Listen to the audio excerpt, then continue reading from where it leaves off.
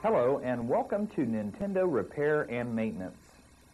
In this presentation, we will approach several common Nintendo Entertainment System problems and present to you the most likely solution to correct it.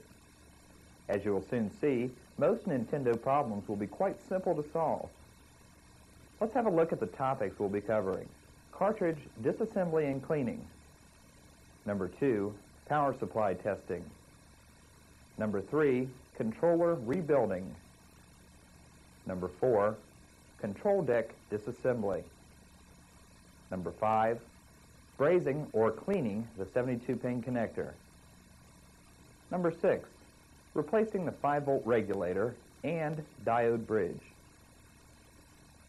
Number 7, testing and replacing the RF modulator. And finally, number 8, control deck reassembly. Before we begin, please take note of the following precautions and suggestions. Before opening the Nintendo console, make certain that the power is disconnected. It is also a good practice to disconnect all other cables as well. Many internal components of the NES are static sensitive. Before removing the cover, make sure that your work area and your body is static free. We recommend spraying your bench with an anti-static spray, available at many electronic and computer stores. Anti-static straps can be worn around the wrist or ankle and then attached to a ground source, such as a water pipe.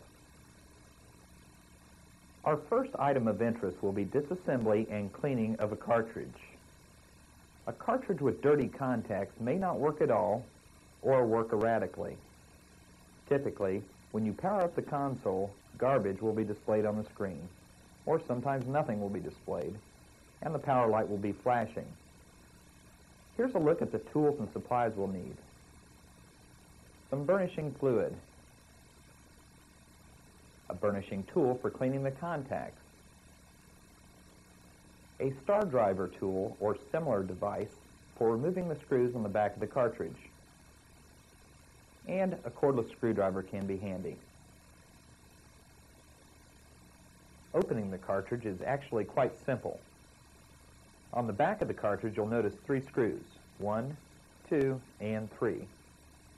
Using the star driver tool, loosen all 3, but don't remove them.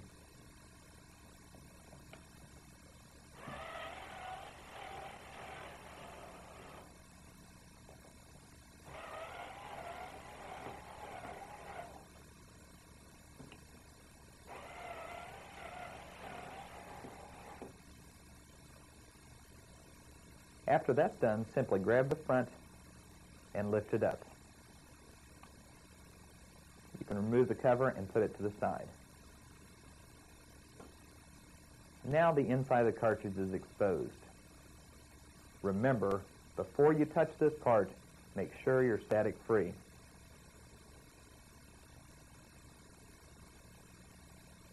You'll notice some contacts on the front here, and some contacts on the other side as well. These contacts oxidize and need cleaned. Looking at a close-up view of the contacts, you'll notice some oxidation and dirty surface area here, along the bottom. This dirt is what causes all of the problems. Take your burnishing tool and dip it into the solution. Using a gentle motion and light pressure, clean all of the contacts.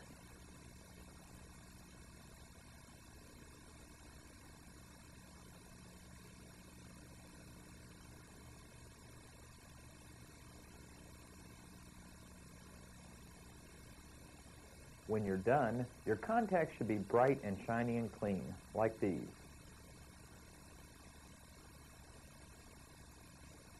cartridge assembly is simply the reverse of the disassembly.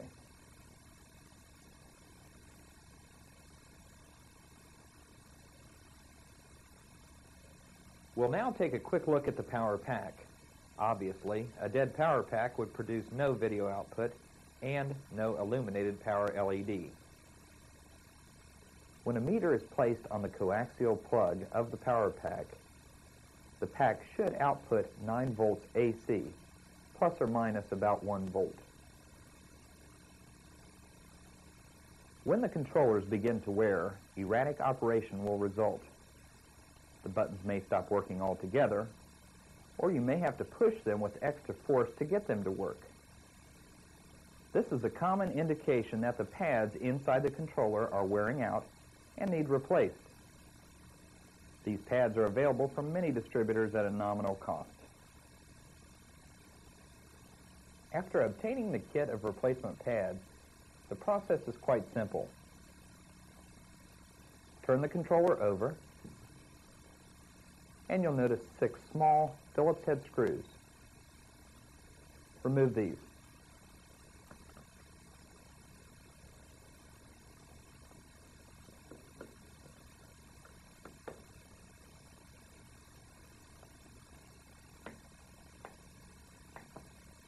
After the screws are removed, simply lift off the back cover.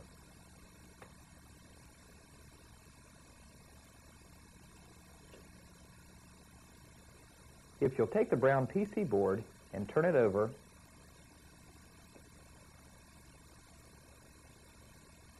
you'll expose the pads. At this point, simply lift out the old pad and replace it with a new one at a time.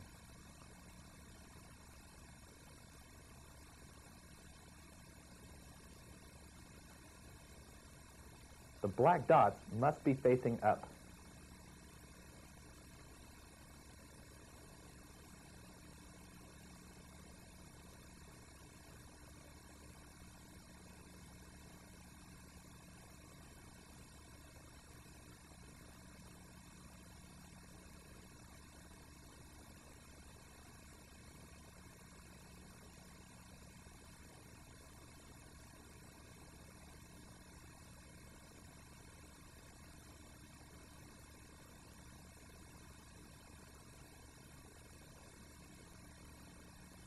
When your pads are in place, replace the circuit board, taking care not to pinch any of the soft rubber parts.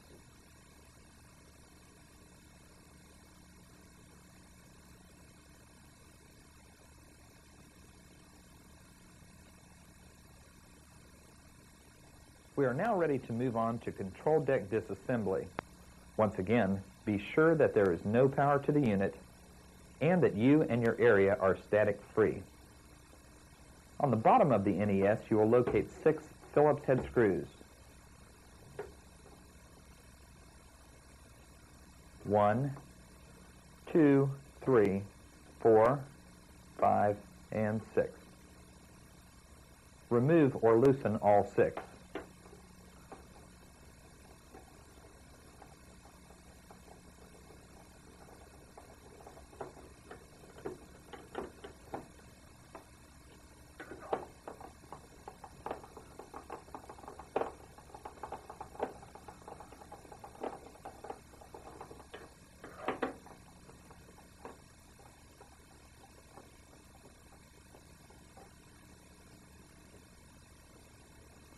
Once all 6 are removed, gently lift up the bottom.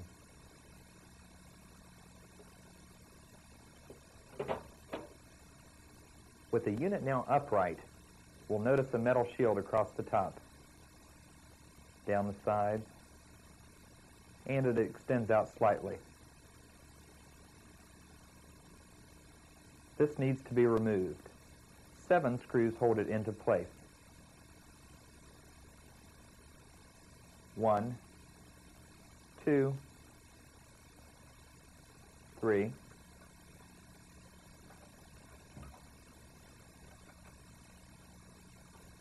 4, 5,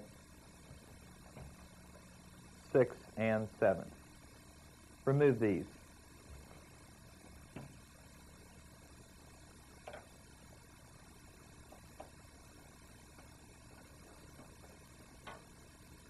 After the last screw is removed, gently lift the shield out.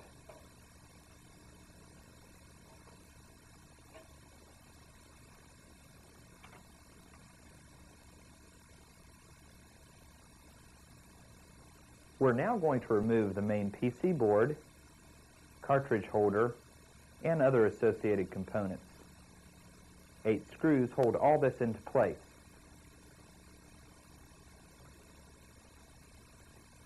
One, 2, 3, 4, 5,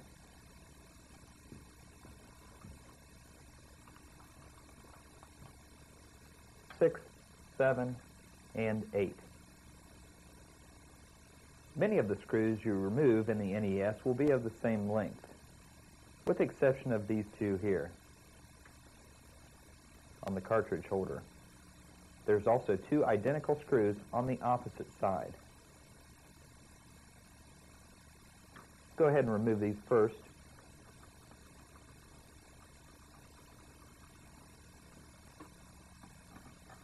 One,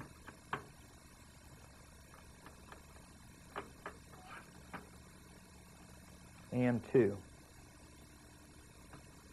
And if we look at these 2 screws, we'll notice that the innermost screw is longer.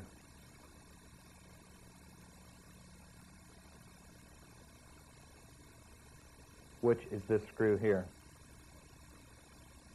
Be certain when you replace them, the longer screw goes into here, the shorter screw goes into here, and the same on the opposite side. After all 8 screws have been removed, grab the unit from the outside edges and lift it out.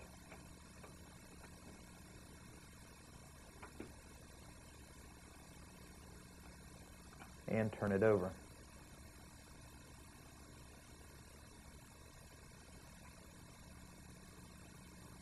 We'll now notice one more shield on the bottom. We'll now notice 2 connectors on the side. Gently pull and remove the 2 connectors.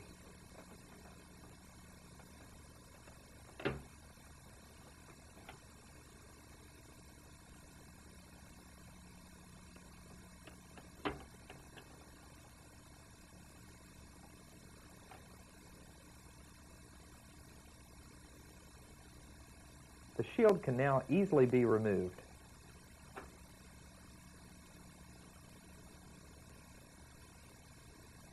We're now going to remove the 72-pin connector. Turn the board over and be certain not to handle the IC chips.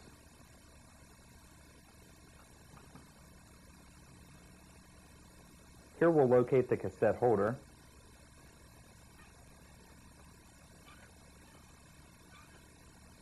That can now be removed by placing your thumbs behind it and pushing it gently forward.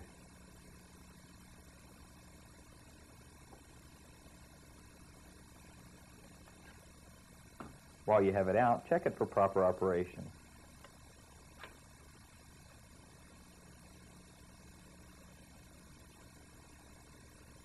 We can now easily see the 72-pin connector here. It attaches to the PC board with another cartridge connector on the bottom. This can also now be easily pushed off with your thumbs.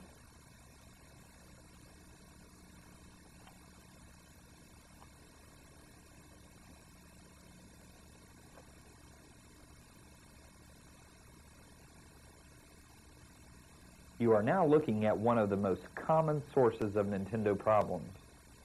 The 72-pin connector, as with the game cartridges, can get oxidized and dirty. The pins inside can break and bend, causing similar symptoms as a dirty cartridge. At this time, a close inspection of the connector needs to be made. If you locate bent pins, do your best to bend them back into place very gently. A jeweler's screwdriver can be useful. If pins are broken, the entire connector must be replaced. In many cases, you will not find any broken or bent pins, and the connector simply needs to be cleaned. Both rows need to be cleaned well. There are cleaning devices available to insert into the NES, but they only clean the top row of pins. Disassembly is the only way to clean both rows and clean them well. The connector is cleaned in a similar fashion to cleaning a game cartridge. Once again, using a burnishing tool, dip it into the burnishing fluid. Start with the top row of pins, inserting the tool fully into place.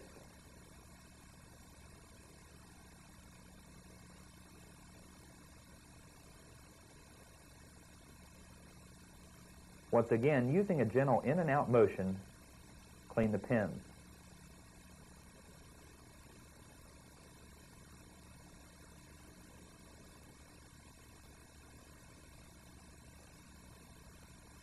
Be careful not to move too rapidly sideways, or you could bend the pin.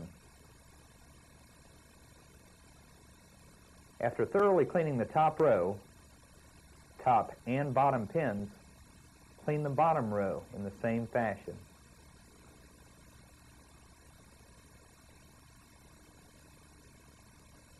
And after you're done, inspect for bent pins.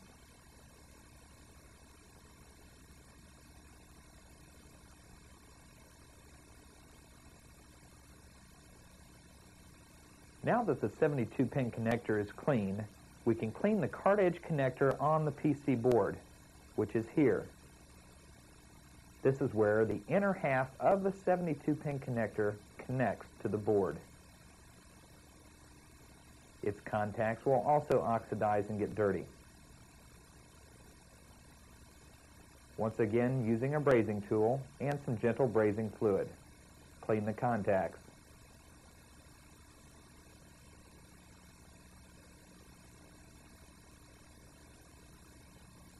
When you're done with the top side, flip it over and do the bottom.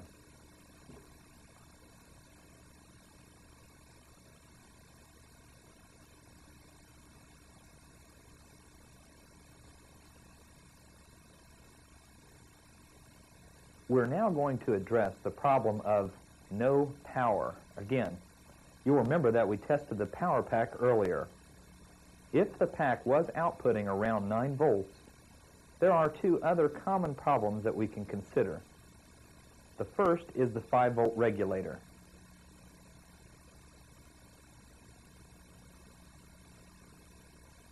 It's located next to the RF modulator. The regulator is here.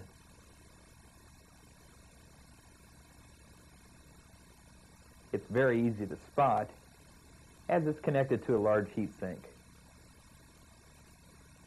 If this regulator fails, power will be lost. Replacing the regulator is simple. First, remove the small screw at the top. Then, desolder the legs and replace it with a new one.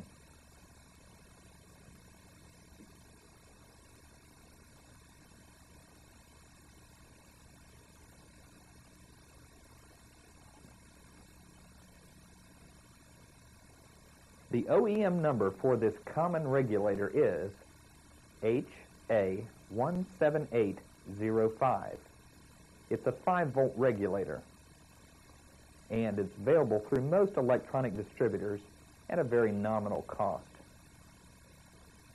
Two other common replacements are ECG960 and the LM7805. Our second common power failure occurs inside the RF modulator housing, which is here.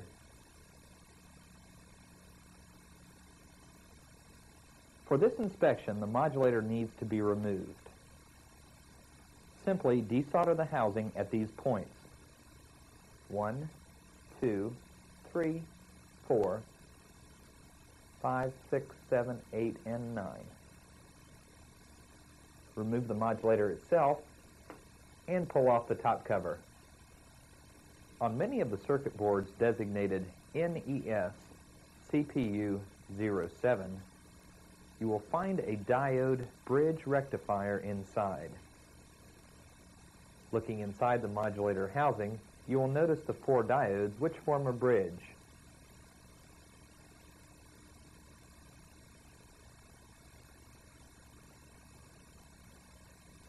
They convert the 9 volts AC from the power pack to 9 volts DC. These diodes can frequently overheat and burn out. Test these with a meter.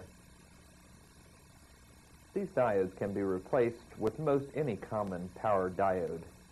We recommend a rating of 1.5 amp or higher. Simply desolder on the opposite side and replace it, taking note of polarity. On many main boards designated NES CPU 06, you will find a different type of rectifier. You'll notice this is not 4 diodes, but an enclosed bridge.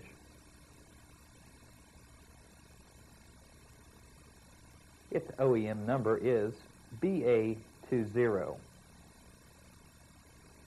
It'll cross to an ECG 5314, and it's commonly available through many electronic part distributors.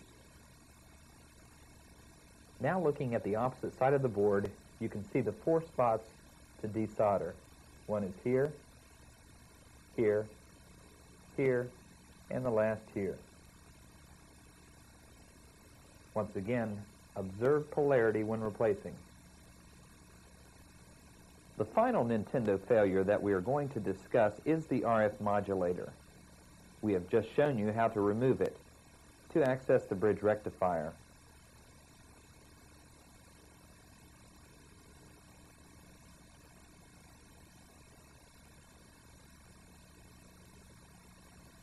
To diagnose a defective one will require us to go back to when our unit had not been disassembled. Our unit powers up and the power light is on steady.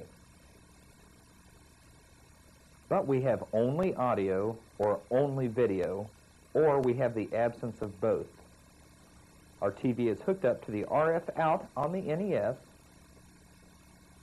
and our TV is on channel 3 or 4. To determine if it is in fact the modulator, we will have to try a different setup. Using a monitor type TV, hook up the individual or composite signals from the NES to the video and audio in on the TV.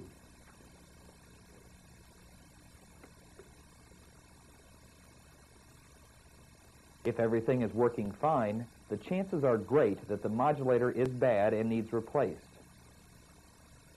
Resolder in a new one in the same fashion that you removed it. This should correct your problem. Let's now have a look at reassembly. Step number 1 in reassembly is to replace the bottom shield.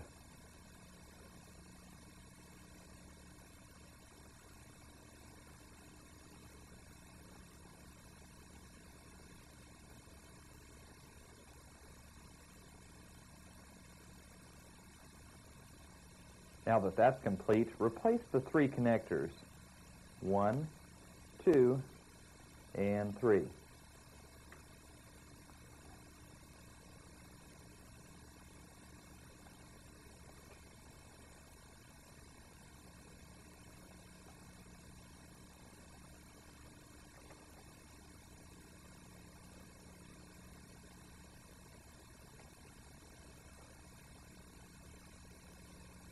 Now replace the 72-pin connector. The smaller side will go down against the card edge.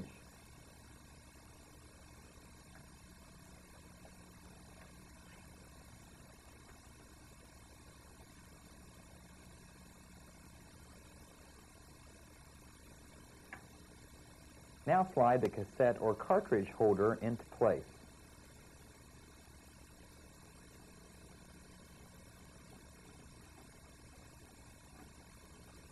And make sure the screw holes line up in the back.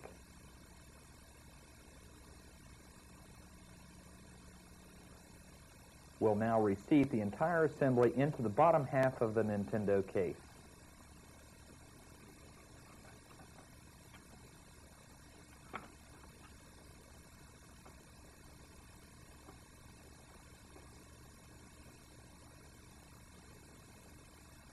We'll now replace the 6 screws around the cartridge housing. 1, 2, 3, and 3 on the other side. And remember, the longer screws go to the inside holes.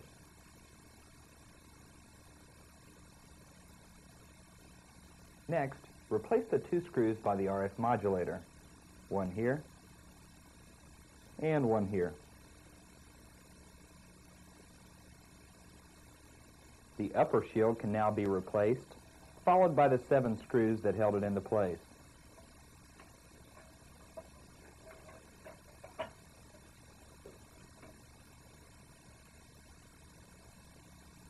We're now ready for the top cover and the 6 screws that held it into place. Be sure that you do not pinch any wires when replacing the cover.